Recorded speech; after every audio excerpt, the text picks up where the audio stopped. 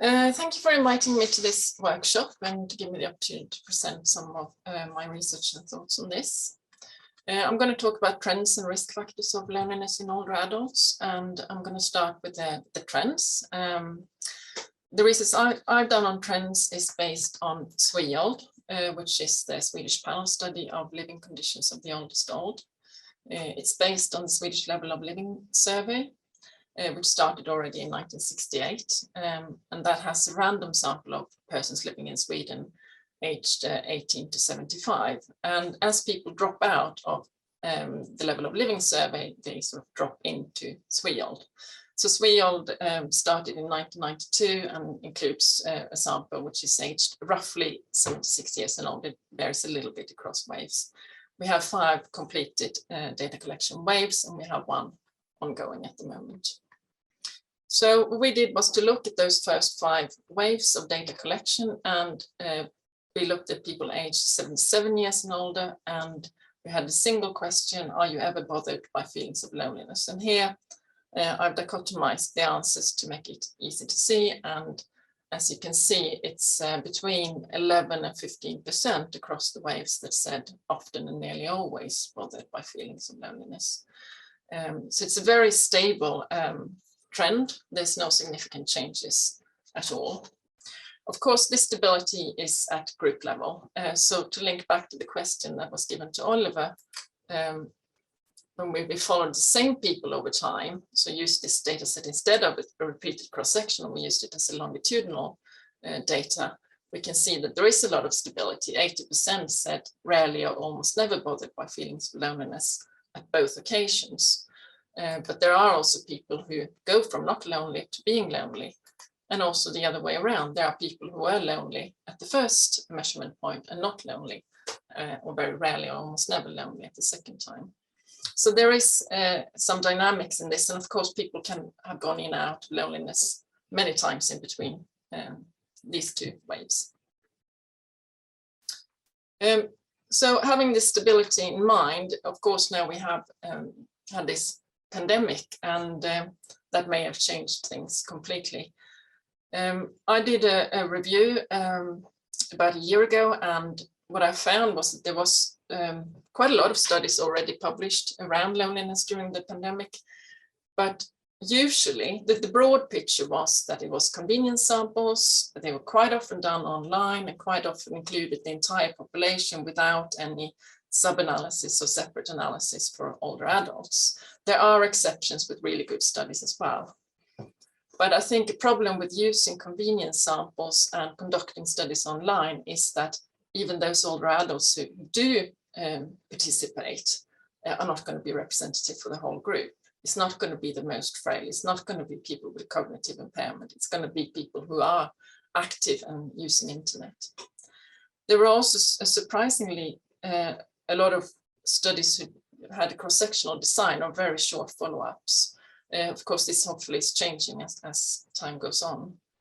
But the general finding was that there had been an increase in loneliness. Some studies found no change at all. But one question one can ask is how much are these findings transferable? There are very different contexts in different countries. We have used different ways of dealing with the pandemic. So if I then focus on Sweden again, we had 2 main recommendations when it comes to older adults. One was that all older adults over the age of 70 should isolate themselves. So social distancing was recommended for them. And visits at care homes for older adults was banned for a long time. There was a study done in Stockholm in the summer of 2020, which looked at people aged 70 years or older and showed an increase in loneliness. And what I think is particularly useful with this study from my perspective is that they used the same item as we did in our study. Of course, this is 70-year-olds, not 77, and it's the Stockholm region, and we know there are differences in loneliness between rural and urban areas. So what I did was that in the statement here that I call 2014B, I've selected people who were 70 years and older, so the same age group as the Stockholm study, And I've selected urban regions. I couldn't just do Stockholm because the sample size was too small. So that should be fairly comparable. And you can see that there's a big increase in loneliness between 2014 and 20. Of course, we cannot be sure that all of this is due to the pandemic, but in the Stockholm study, they also asked people if their feelings of loneliness had increased due to the pandemic. I know that's a difficult question to answer, but over half of the respondents said yes, it had increased due to that fact. So who's the most vulnerable? What are the risk factors? I've studied this in different data sets in Sweden, in England, in European data sets with slightly different focus. But what we also did was to undertake a systematic review. And here we looked at longitudinal risk factors. So we only included research with quantitative longitudinal design. We looked at the older adults. We included any risk factor for loneliness.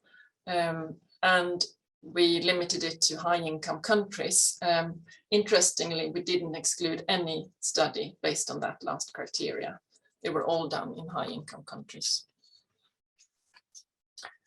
We identified nearly 50 articles after quality assessment or risk of bias assessment. We included 34 of them in the review. And we identified 120 unique risk factors of loneliness. And by unique risk factors, I don't mean different measurements. If they have looked at social network, we have regarded that as one risk factor, even if they're different measurements. We didn't want to inflate the number of risk factors. So by that, it's easy to figure out that a lot of these risk factors are only examined in one or a few articles. So we concluded that the results of the evidence-based is broad but shallow. There were also quite mixed results in these studies. So there were only a few risk factors, but we found solid evidence. They've been looked at several times and the evidence is pointing in the same direction. We grouped them into 5 groups, which I'm now going to go through. So the first one was the demographic factors, which only had 3 factors in them, that group: age, gender, and ethnicity. Quite strong evidence that with higher age within the group of older adults and with female gender came a higher risk of loneliness. And there were a lot of studies on that, but usually that association became insignificant when you included other variables in the model. So it was a bivariate association. So it doesn't have to do with being a woman or high age as such. It has to do with things that comes with being a woman and of higher age. The second group, socioeconomic factors, there weren't that many factors and there weren't that many studies looking at it either. So sometimes it was income, sometimes it was education or social class or something else. But generally, the results pointed in the same direction. If you had a lower income or a poorer economic status, you had a higher risk of loneliness. But there wasn't a single risk factor we could take out and say, here's the evidence. Social factors, as you can see, there were loads of them. Anything from discrimination to cohabitation, quality in relationships, social support, lots. But where there were strong evidence had to do with marital partner status. So being married, living with somebody decreased the risk of loneliness. Having a limited social network and low level of social activity were risk factors for loneliness. Health-related factors, again, could do with anything from hearing to cancer to multimorbidity and number of chronic diseases, and there were lots of different ways of measuring this. Where the evidence was strong was when it came to self-perceived health. So poor self-perceived health increased the risk of loneliness. ADL was also was a bit borderline, sort of pointing in that direction, certainly. Psychological factors, I think, was even more varying in what had been measured. It could do personality or anxiety or resilience or perceptions on aging, or but where the evidence was strong and was found consistently across a number of studies was depression and depressed mood, but also an increase in depression and depressed mood over time. Despite there being so many risk factors looked at, there were some areas where there were surprisingly little done in terms of longitudinal research. And I would say most aspects of care. There were some studies looking at living in care homes. We didn't find anything to do with home help and what role the connection with home help staff could mean for decreasing loneliness. I mean, we didn't include intervention studies. So there might be some of those that can look at these things, but in terms of looking at as risk factor, there was hardly anything.